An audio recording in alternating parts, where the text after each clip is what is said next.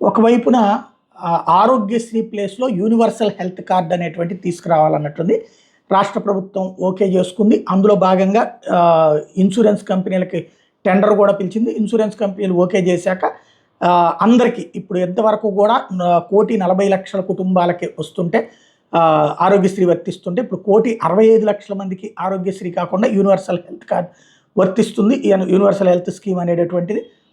దాంతో ఇక రాజశేఖర రెడ్డి ఆయన పేరేంటి, రాజీవ్ గాంధీ పేరు తీసుకొస్తే రాజీవ్ ఆరోగ్యశ్రీ అని, తర్వాత రాజశేఖర రెడ్డి పేరుని జగన్మోహన్ రెడ్డి తీసుకొస్తే ఇప్పుడు ఆ 2 పేర్లు కూడా మర్చిపోయేలాగా ఎన్టీఆర్ వైద్య సేవని ఎన్టీఆర్ పేరు గుర్తుంచుకునేటట్టు, దాంతో పాటుగా ఇటు కేంద్ర ప్రభుత్వం ఆయుష్మాన్ భారత్ కింద 5 లక్షల రూపాయల దాకా ఇన్సూరెన్స్ వేస్తుంది. అది కలుపుకుంటూ దాంతోపాటుగా ఈ యూనివర్సల్ హెల్త్ కార్డు కిందన ఇన్సూరెన్స్ల కింద ఇస్తారు.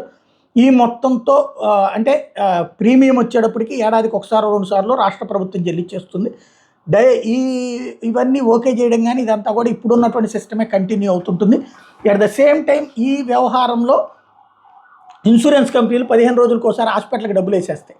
ఇక పైన అది నడుస్తుంది. అయితే ఇప్పటిదాకా జగన్ టైంలో బకాయిలు వీళ్ళు ఈ ఏడాది 15 నెలల్లో ఇవ్వాల్సినటువంటిది మొత్తం కలిపితే దాదాపుగా ఏదైతే 2,500 కోట్ల రూపాయలు బకాయిలట హాస్పిటల్కి. ఇప్పుడు ఆ విషయం మీదన యాజిటేషన్ పిలుపునిచ్చారు, బంద్ చేస్తామని పిలుపునిచ్చారు.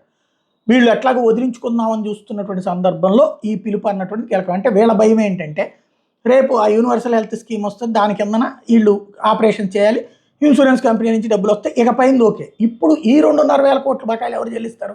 ఇక ఆ తర్వాత ఎవడు అడగడు. ఇప్పుడు అనుకోండి ఇది ఆపుతామంటే ఓ భయం ఉంటుంది. అప్పుడు ఇక ఆపుతామనడానికి ఏం లేదు, ఇన్సూరెన్స్ సిస్టమ్ కాబట్టి. అప్పుడు ప్రభుత్వానికి సంబంధం ఉండదు, ప్రభుత్వం వాళ్ళతో సంబంధం ఉంటుంది, వీళ్ళకి డైరెక్ట్గా సంబంధం ఇన్సూరెన్స్ కంపెనీలతోనే. కాబట్టి ఇప్పుడు అర్జెంటుగా ఆ డబ్బులు తెప్పించుకోకపోతే ఇక ఈ శాంతం కోల్పోయినట్టే అనేటటువంటి భయంతో ఉన్నారు. అందుకని అర్జెంటుగా ఆందోళనకు పిలుపునిచ్చారు.